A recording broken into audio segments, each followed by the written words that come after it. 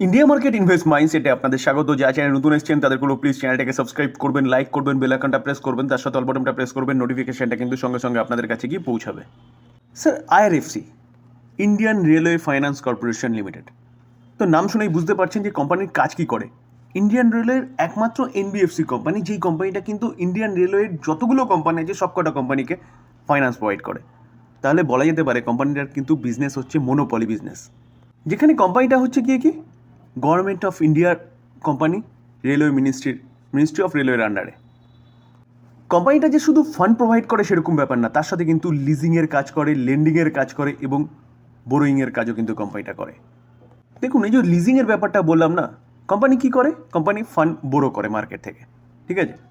তো বোরো করার পরে কোম্পানি কি করে, অ্যাসেট ক্রিয়েট করে, যেখানে ক্রিয়েশন অফ অ্যাসেট, এবং সেই অ্যাসেটটাকেই কিন্তু কি করে ইন্ডিয়ান রেলওয়েকে লিজে দেয়। তো সেখান থেকেও কিন্তু কোম্পানিটার ইনকাম। তো স্যার, কোম্পানিটা ইনফ্রাস্ট্রাকচার রিলেটেড যেসব যতগুলো কোম্পানি আছে তাদের ফান্ড প্রোভাইড করছে, এবং তার পাশাপাশি এই লিজিংয়ের যে বিজনেস, সেখান থেকে কিন্তু কোম্পানির কন্টিনিউয়াসলি একটা রেকারিং ইনকাম আসে। তো স্যার, বিজনেস যেটা না সেটা কিন্তু ব্যাপক করছে, যার জন্য কোম্পানিটা কিন্তু একটা ভালো মুভমেন্ট দেখাচ্ছে, আর গভর্নমেন্ট রেলের বিস্তারের কথা বলছে। তো স্যার, এই কোম্পানি একমাত্র এনবিএফসি কোম্পানি হিসেবে কিন্তু এই কোম্পানির ভবিষ্যতে আরও ভালো মুভমেন্ট দেখাতে পারে, অ্যাটলিস্ট 2030। কেন বলছি চলুন সেটা দেখি। দেখুন স্যার, রেলের ভবিষ্যতের পরিকল্পনা সেটা 2023-এ বেরিয়েছিল, সেটা দেখাচ্ছি, future of rail transport of India. যেখানে দেখুন এই যে নিউজটা, the government of India is undertaking, মানে গভর্নমেন্ট অফ ইন্ডিয়া থেকে কিন্তু এটা পাওয়া গেছে।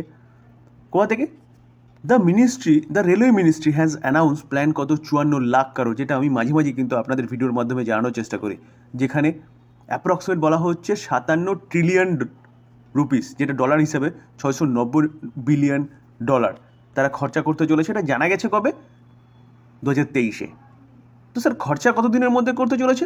2030-এর মধ্যে। তো স্যার, এই জন্যই বললাম অ্যাটলিস্ট 5 বছর এই কোম্পানি কিন্তু ব্যাপক একটা মুভমেন্ট দেখাতে পারে, যেখানে যেখানে গভর্নমেন্ট বলছে যে 100% ইলেকট্রিফিকেশন, এবং তার সাথে সাথে কি এক্সিস্টিং লাইনের আপগ্রেডেশন, মোর ফ্যাসিলিটিস, হাই স্পিড ট্রেন চালানোর জন্য নতুন লাইনের সংযোজন, এবং এক্সপেনশন অফ নিউ লাইন, যেখানে এখনও লাইন পৌঁছায়নি সেখানে লাইনকে পৌঁছে দেওয়া, upgrading railway station, introducing and eventually developing a large high speed train network.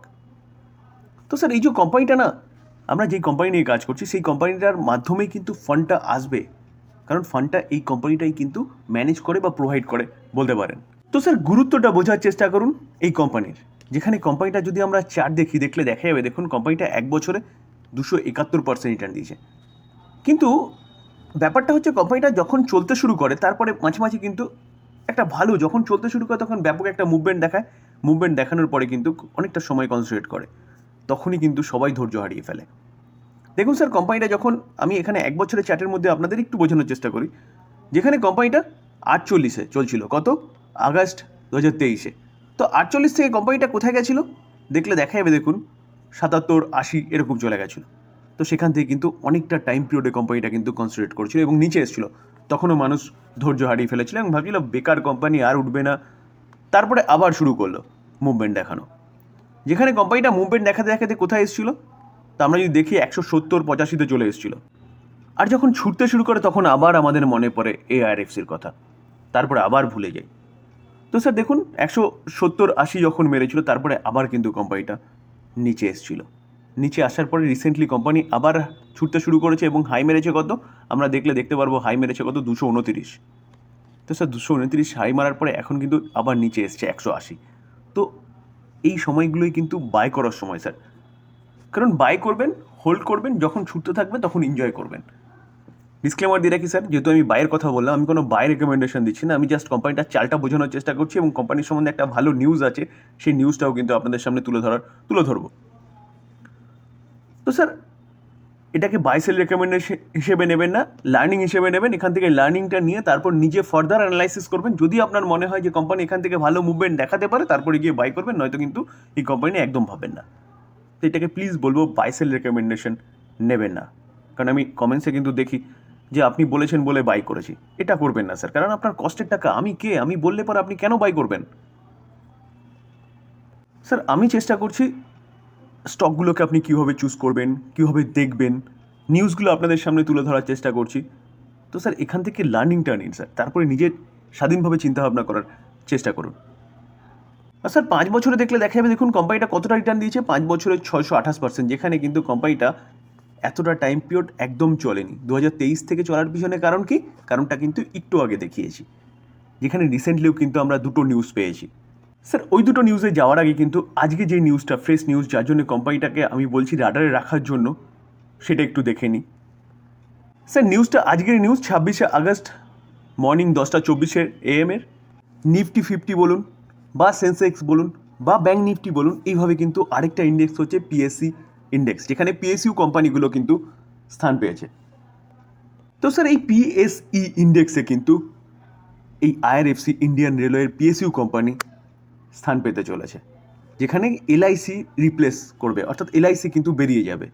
তো স্যার এটা কিন্তু একটা ফাটাফাটি নিউজ, যেখানে আইআরএফসিতে ভালো একটা ইনফ্লো আসতে চলেছে। তো স্যার ভালো নিউজ কোম্পানিতে পেশার কেন? দেখুন আমি সবসময় বলি যে ভালো নিউজ পাওয়া যাচ্ছে মানে এই নয় যে কোম্পানি দৌড়াতে শুরু করবে। আপনি ভালো নিউজটাকে দেখুন, নিউজটার গুরুত্ব বুঝুন এবং কোম্পানির গুরুত্ব বুঝুন, লং টার্মের জন্য ভাবুন, শর্ট টার্মে অনেক কিছু হতে পারে স্যার। দেখুন স্যার এই আর্টিকেল দেখলে দেখা যাবে আইআরএফসি উইল রিপ্লেস এলআইসি। তো স্যার বুঝতে পারছেন তো যে এলআইসিকে বের করে দেওয়া হচ্ছে এবং আইআরএফসি কিন্তু এন্ট্রি করতে চলেছে।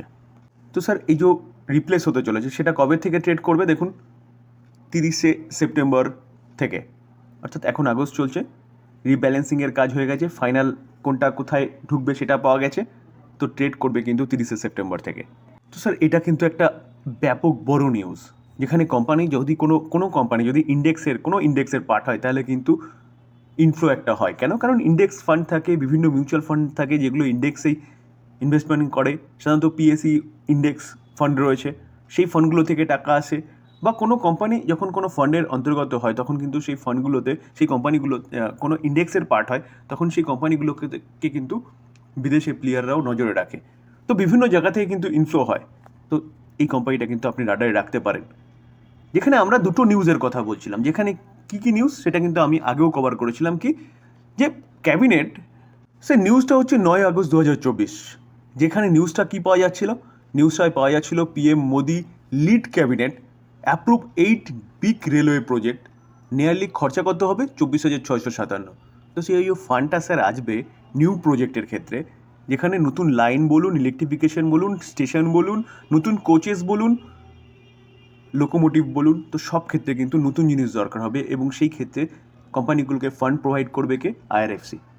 এটা কিন্তু একটা ব্যাপক বড় অপরচুনিটি বলতে পারেন আইআরএফসি কোম্পানির জন্য, কারণ ইন্ডিভিজুয়ালি প্রতিটা কটা কোম্পানি যেমন রেলের ইনফ্রাস্ট্রাকচার ডেভেলপমেন্ট করবে ইরকন বা হচ্ছে আরভিএনএল, ওয়াগন কোচেস তৈরি করবে টিটাগড় বলুন বা স্যার জুপিটার ওয়াগন বলুন, তো ফান্ডকে প্রোভাইড করবে, ফান্ড কিন্তু প্রোভাইড করবে আইআরএফসি। স্যার এই যে নিউজটা পাওয়া যাচ্ছে, এই নিউজটা কিন্তু 16 আগস্টের নিউজ 2024, যেখানে ক্যাবিনেট অ্যাপ্রুভ করেছে 3টে মেট্রো প্রজেক্ট। তো স্যার এই 3টে মেট্রো প্রজেক্ট তৈরি করতে তার কস্ট কত? তো স্যার এই যে 3টে মেট্রো প্রজেক্ট যেটা ক্যাবিনেটের মিটিংয়ে অ্যাপ্রুভ হয়েছে, স্যার এর অ্যাপ্রক্সিমেট কস্ট হচ্ছে 34,000 কারোর। তো স্যার মেট্রো নিয়ে কাজ করে আরভিএনএল, ইনফ্রাস্ট্রাকচার লাইন বলুন, ইলেকট্রিফিকেশন বলুন, তার সাথে স্টেশন বলুন এবং বিএমএল মেট্রোর কোচেস তৈরি করে।